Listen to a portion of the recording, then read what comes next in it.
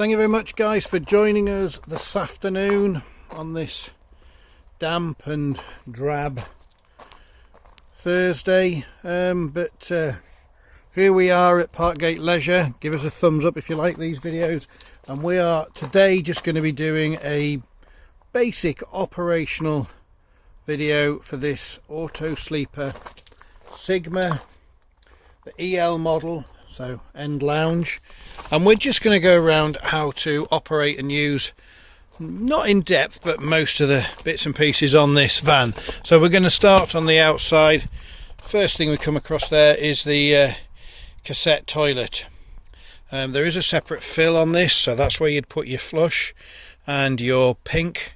Now do remember that little yellow catch down there when you're releasing this cassette to pull it out, and that little yellow button there you push down once you've found somewhere to empty it and taken that off. Make sure you're tipped forwards and not tipped back, or the little yellow button will allow the contents out rather than just allowing air in. Lots of videos though on cassettes and how to use them, so for now you know where it is, you know how to get it out. That's the important bit. So we've got a wet locker down there. Just here is a cover which is for the water heater, so that needs to be off when you're using it. Generally people take those off and leave them off, and just put them back on once the van goes back into storage. Your electric hookup, again, just worth noting with these that there's a little push thing there to release. If you just pull it, otherwise then it's not going to release very easily, and the flap obviously goes in there, it doesn't sit up here, won't go in properly. Freshwater filling point just there. And on this side we've got the gas locker. That's actually got a test bottle in there and our spanner, so that'll be to come off before the van goes out. And there is your grey water waste, so that's shower and sinks. It's currently in the open position. You can get an attachment to sleeve on there, put a hose pipe on, etc. To run that up. Your canopy, your little windy bits just up there. That's where you plug your handle in to wind it. Do remember when you're winding these out to wind them out as short a distance as possible, so that you can reach the legs and open the canopy and give it some support before you wind it all the way out. If you wind it 2.5 meters out or whatever it is with no legs down, you're going to be putting a lot of pressure on the side of the van there, which is just going to prematurely lead to potential water ingress. So moving inside, I've already pressed the button, I've jumped the gun a little bit. First thing we're going to come across is this little control panel. There is lots of stuff on here, but the key thing is this bottom left corner is your on off. You can see there's various other bits on there as well, which you can work through. There's a manual for those, etc. But the key thing is being able to turn that on and off there. I've already put all of the lights on. There is additional lighting in the form of recessed around there, which operates from this remote fob. So we'll leave those on whilst we're going round. Your fridge. So your basic operation of the fridge here, you can select gas, mains or 12 volts. 12 volts has stayed dead because the engine's not on. It will only run on 12 volts with the engine turned on. This is your temperature setting. You've got a lock there. As you can see with that lock, there's actually 2 little holes so that you can lock your fridge open. So when it's not in use and it's parked up, your fridge isn't going to go all stinking and mildewy. As you can see, this van's already equipped for transport with its rattle protection devices in. There's another one there. I'm sure you guys will be able to operate the oven, hob and grill yourselves. So we shall move on to the heater. So this is your Truma Ultra Heat, and it's basically push that round, twist and hold. There is a little spy hole there. so when it lights you will be able to see a flame through there. If it's not lit, it carries on clicking like that when you're not holding it down. You do need to hold that down to purge the gas through.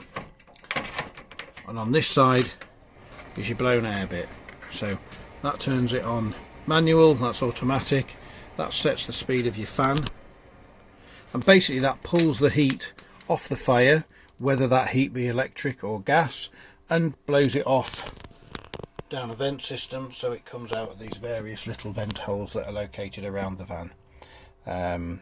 So that's the gas side of it. If you're wanting to run this on electric, then up here above this control panel you've got 500, 1000 or 2000. Forgive me if I've got that the wrong way around, but my peepers aren't so clever without my glasses on. And that will then set your room like a room stat. So your 500 will be a bit like 1 bar, 1000's like 2 bar, and your 2000's like 3 bar on your granny's old electric fire. And they are literally electric elements inside that heater. They take a while to produce much heat. So if it's freezing in your van, get the gas on, get the electric on as well. As soon as your van's up to temperature, just flick it over to electric only, i.e. turn the gas off in there and leave the electric on this side, and your van should stay nice and toasty and warm. Again, that fan side of it is independent and separate to the gas or the 230 volts. So you'd need to run that as well if you want your blown air on. Just tucked away under here, you've got your 240 volt charger units just here. Your batteries are in there. You can see some of this blown air heating stuff's down here. There's a drain point. Someone's made a nice little cover for that. But you pull that in the up position and it dumps the water out. Put it in that position, the water stays in. So when it comes to that time of the year that you want to drain stuff down, that's where you need to do it. Over here is your gas hot water. So you would simply flick that on, twist this round to the temperature. I'd recommend that 40 is ample. I guess if you're having a shower you might want to put it up to 60 degrees so that you've got, by the time you've blended your hot water with cold, you've got a bit of a longer shower. But there really should be ample hot water, and there you go. Remember, that'll only work if you take the outside gas cover off. So we've got loads of lighting around here. These have all got their own little switches on them. Obviously those ones up there on that remote which is hanging up by the door. Your blinds, you've got fly screens, they clip together at the bottom. Your blackout blinds come up from there, separate back that way. Do remember when you're using these windows that there is a little push button on these, and not to just force it because you will break the catches. And these are the click style, so don't grab these and just pull to try and close it because you'll snap the arms or you'll smash the plastic. They simply push out and come back down. So just moving on to the bathroom, and then I think we're about done in here.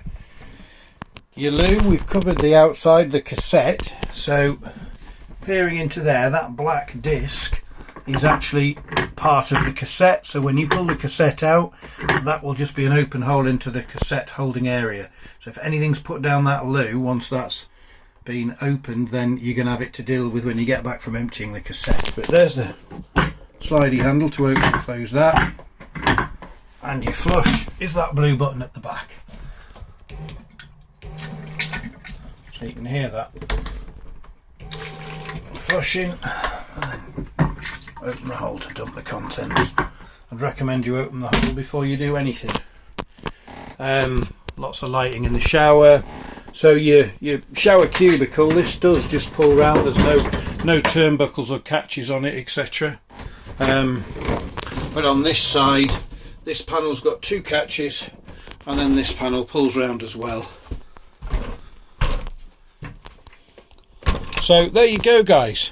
Your front spinny seats have simply got a handle down here. Oh no, that's for the backrest. They've got a handle down here, and then those spin, and that's the same for both of them. There you go. I'm sure you guys will be able to operate your climate control with aircon yourselves. You've got your cruise control on that one. Electric mirrors are on this one here, with that being the top and that being the bottom mirror on that side, and you've got top and bottom on the other side there as well. Electric mirrors are just here. So there you go. I hope you enjoy your new van, and if you've enjoyed this video, please come back, Parkgate Leisure, check out the website for vans for sale, and look up perhaps your van, see if we've done an operational video for your motorhome. Perhaps you'll find we've owned it once before and your actual van's on here. But there you go. Thank you very much. Please subscribe.